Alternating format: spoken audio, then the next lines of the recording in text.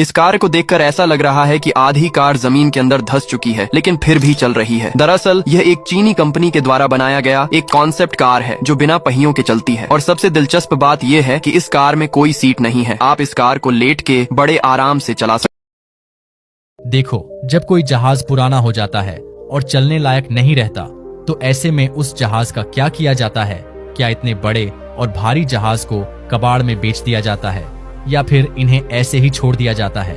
चलिए जानते हैं दोस्तों। जब कोई जहाज पुराना हो जाता है तो उसके काम आने वाले सभी पार्ट्स को निकाल लिया जाता है और बाकी बचे बेकार जहाज को पानी में डुबा दिया जाता है ताकि ये समुद्र में रहने वाले जीवों का घर बन सके।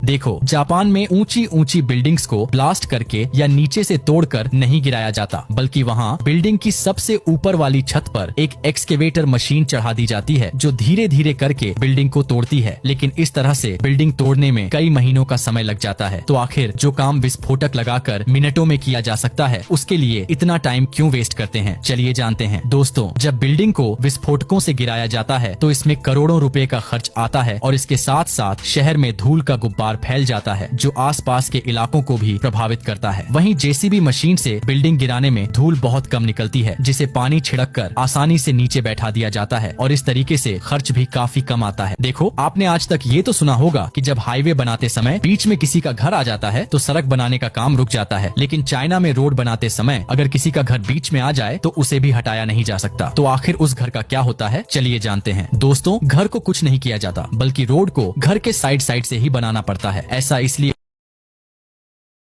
देखो, टायर किलर स्पीड ब्रेकर पर अगर कोई गलत साइड से गाड़ी चढ़ा दे तो ये सिर्फ टायर पंचर नहीं करता, बल्कि गाड़ी के अंदरूनी पुर्जे भी खराब कर देता है। और अगर आप सोचते हो कि तेज रफ्तार में कार भगाकर इससे निकल जाओगे तो आप बिल्कुल गलत हो। इससे आपकी गाड़ी के चारों टायर पंचर हो सकते हैं। लेकिन ऐसा डिवाइस तो पुलिस अपराधियों को पकड़ने के लिए लगाती है, तो सरकार इसे सड़कों पर क्यों लगवाती है? चलिए जानते हैं दोस्तों। आजकल कई जगह ब्रेकर इस तरह मेटल के बनाए जा रहे हैं कि गाड़ियां तो निकल जाती हैं, लेकिन साइकिल के पतले टायर इसमें फंस सकते हैं। वहीं कांटों वाले स्पीड ब्रेकर इसलिए लगाए जाते हैं ताकि गलत दिशा में चलने वालों को रोका जा सके और एक्सीडेंट कम हो। देखो, जिस पानी की टंकी का इस्तेमाल आप घरों में करते हो, आखिर उसको फैक्ट्रियों में कैसे तैयार किया जाता है? चलिए जानते हैं दोस्तों। इन टंकियों को बनाने के लिए सबसे पहले प्लास्टिक पाउडर को टंकी के आकार वाले सांचे में डाला जाता है। फिर इस सांचे को लगातार गोल गोल घुमाते हुए आग पर गर्म किया जाता है, जिससे प्लास्टिक पाउडर पिघलने लगता है और पानी की टंकी के आकार वाले सांचे की सतह पर चारों तरफ फैल जाता है। उसके बाद तुरंत